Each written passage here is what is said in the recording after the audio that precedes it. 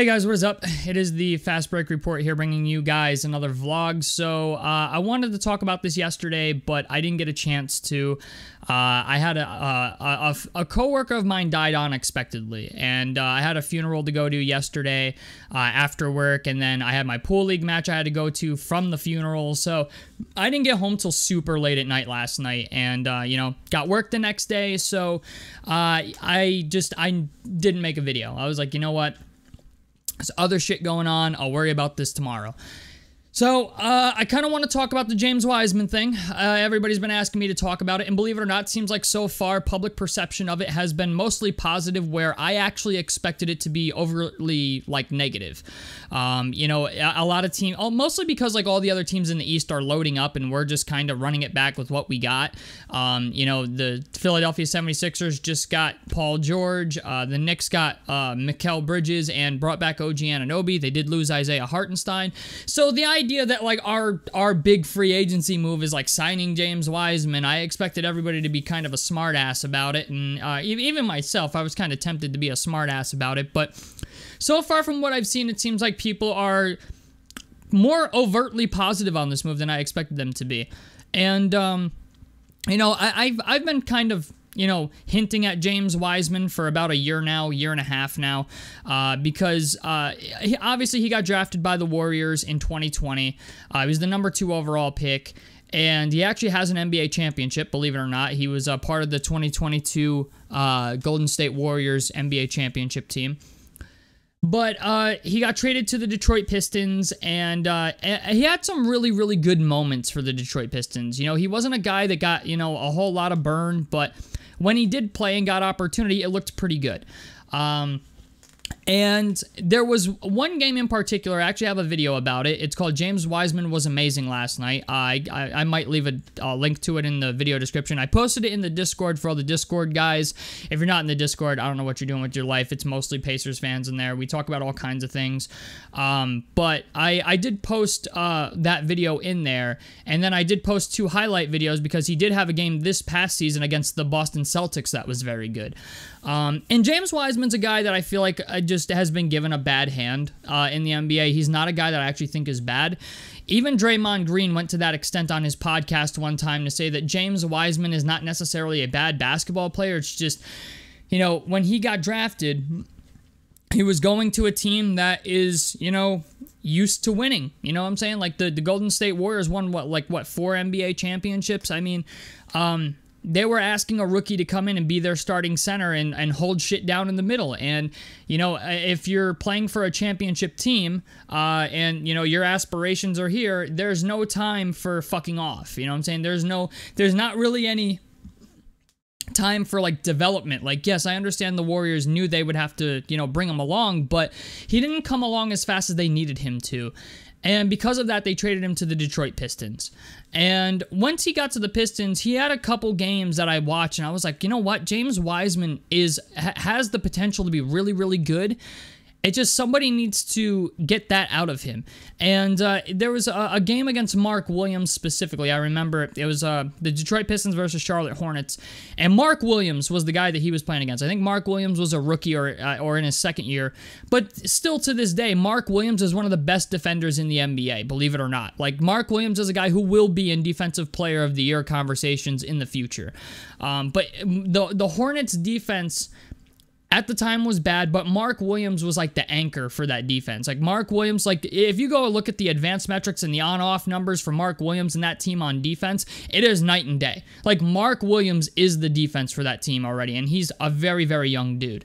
But James Wiseman played a game against him, and I mean, James Wiseman just ate him up all game, dude. I mean, I think he finished with 23.7 rebounds, a couple assists. He made a 3-point shot. He shot like 9 of 11, had 0 turnovers. And I remember watching that game, and I'm like, yo, James Wiseman is good. You know what I'm saying? Like, James Wiseman, he's got this little hook shot, this little floater he's got, like, from the free throw line. He goes up strong. He's not afraid of contact. He's not afraid to dunk the ball as well. So there's a lot of positives about James Wiseman that I look at, and I'm like, you know, if somebody could just teach this guy, like, just to be a little bit more polished as a big, he could be really, really good. And He's a guy that I just think hasn't been given the right opportunity or the right location. You know, the cool thing about the Pacers is that we've become pretty good at developing like young talent and talent that other teams have given up on. For example, like, you know, we traded for Tyrese Halliburton, and Tyrese Halliburton, like, we knew he was going to be good. Like, I knew immediately. I was like, yo, we got Tyrese Halliburton. Like, dude's a fucking dog. I remember when the Pacers traded for him, I made a video and everybody was like, we got Tyrese Halliburton? I'm like, no, you don't understand. Like, Tyrese Halliburton's that guy. You know what I'm saying? And, you know, we did it with Obi Toppin. We did it with Jalen Smith. And that's why I'm so confident in this, is because Obi Toppin was a guy the Knicks had given up on. And now we just brought him back for 4 years, $60 million. And Jalen Smith was a guy that, when he played for Phoenix, was averaging 2 points per game. And then when he did get play, it was like 6 points per game. He comes to us, and he's like a 13-7, 13-8 guy. And he just got a 3-year, $27 million contract with the Chicago Bulls because of that. And the reason I think this move exists is for a couple reasons. The first being, we have pretty much never had a 7-footer on our roster. For as long as I can remember, Miles Turner has always been the guy at center. And while Miles Turner is very good, and he's gotten better, we need somebody a little more, you know, opposing down in the paint with him. And I don't even really so much think James Wiseman's actually going to get minutes with Miles Turner. But James Wiseman's a guy who is just, he's great in the pick and roll. I mean, great. The dude always puts himself in the right position to score a basket. He's a lob threat. He's an offensive rebounding threat. He's not afraid of contact. He can finish through contact. He's not afraid to, like, get up there and dunk the ball. I've even seen him do some Euro steps on the fast break every once in a while. Like, he's a center, but, like, the dude can dribble. The three-point shot, it's like we've seen flashes of it, but we haven't seen it be very consistent. I think he could develop a really good mid-range jumper.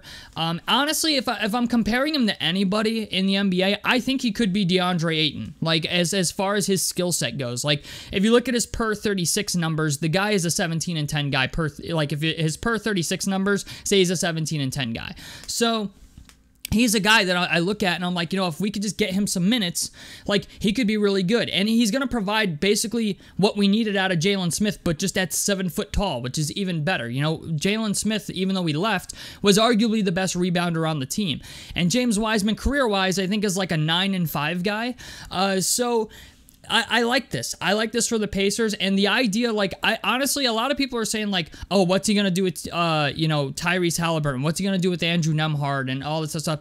I think it's T.J. McConnell that is the person we need to be talking about. You know, like, I think James Wiseman has a legitimate opportunity to be our backup center, and I know that people are gonna say, no, it's gonna be Ijax. It's gonna be Ijax. It's gonna be Ijax because of the way he played in the playoffs. And you would be right. Like, I'm not going to take that away from you. You're right. But the thing is, James Wiseman is 7 feet tall, okay? And he's a guy that is got a lot of talent. It's just somebody needs to get that out of him. You know what I'm saying? Because we've seen flashes. You know, we've seen flashes of what he can be. His career high is like a 30-point game or something like that for Golden State. But he's a guy that you can put out there next to T.J. McConnell and Aaron Nesmith or Benedict Mathurin, and you could have a really, really solid bench unit with him out there. You know, he's a guy that it's... I just think if you give him opportunity, like, I like the idea that he's not afraid. You know what I'm saying? He's not timid. You know what I'm saying? Like, he's a guy who's not afraid to pull up a three. He's not afraid to pull up from the mid. He's an underrated passer, if I'm being honest with you. Like, the guy can pass the ball. It's just a matter of he's kind of doofy. Like, I don't know how to put it any other way other than, like, he's just kind of a doofy guy. Like, I will say this, on defense, somebody shared it in the Discord. He doesn't call out screens. He doesn't call out the switches, which he needs to do, which I'm sure somebody's going to work with him on that. But I love this signing. And the idea is, I love these low-risk, high-reward signings that the Pacers do, where it's like they take guys that other teams have given up on, give them a shot, show them, like, you just show them some new shit, and they come out and, you know, they end up being productive guys. You know, and even with Andrew Nembhard, man, like Aaron Nesmith, like, there's a lot of guys on our team that we have traded for that, like, at the time, you know, we were like, okay, like we got Obi Toppin for a fucking 9th grader. Okay, we traded Malcolm Brogdon for Aaron Nesmith. We drafted Andrew Nemhard in the second round. We traded Sabonis for Tyrese Halliburton. I forgot what happened with Jalen Smith, what we traded for him, but we traded for Jalen Smith. And, like, you get all these guys, and everyone's like, who are these guys? Like, what are they going to contribute? And then they end up becoming really, really good players. So I'm high on this move. I like the Pacers' track record with just developing guys. It seems like it's getting a whole hell of a lot better. You know, TJ McConnell is going to be huge for James Wiseman. I think TJ McConnell is going to turn James Wiseman into, like, maybe even a 14-7 guy, if I'm being honest. I think James Wiseman has the potential to be really, really good. And I know there's some people out there who are probably asking, why did we make this signing? And the truth is, Miles Turner's in a contract year. And so is TJ McConnell. TJ McConnell's in a contract year.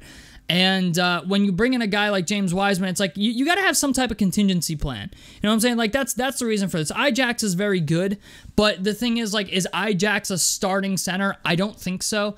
Whereas if you can bring in James Wiseman and have him under your foot, I don't know what, I guess in your building for a year. And, I mean, he's got a 2-year deal. But if you can bring him in and maybe just see what you got in him, and it's like, because I'm just gonna be honest, Miles Turner's most likely coming back. I'm not saying that Miles Turner's going to leave, but you never know. You know what I'm saying? You need some type of contingency plan. If Miles Turner says, I'm tired of playing in Indiana, sorry, I want to go somewhere to win, you need to have some type of contingency plan, and that's why I think they signed James Wiseman.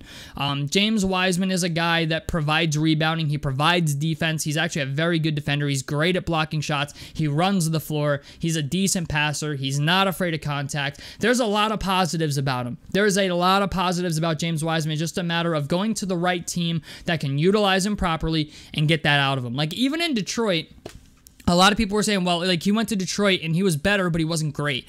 But the thing is, Detroit was, like, they don't have any fucking shooting. You know, Monty Williams was a guy who looked like he was trying to lose his fucking job.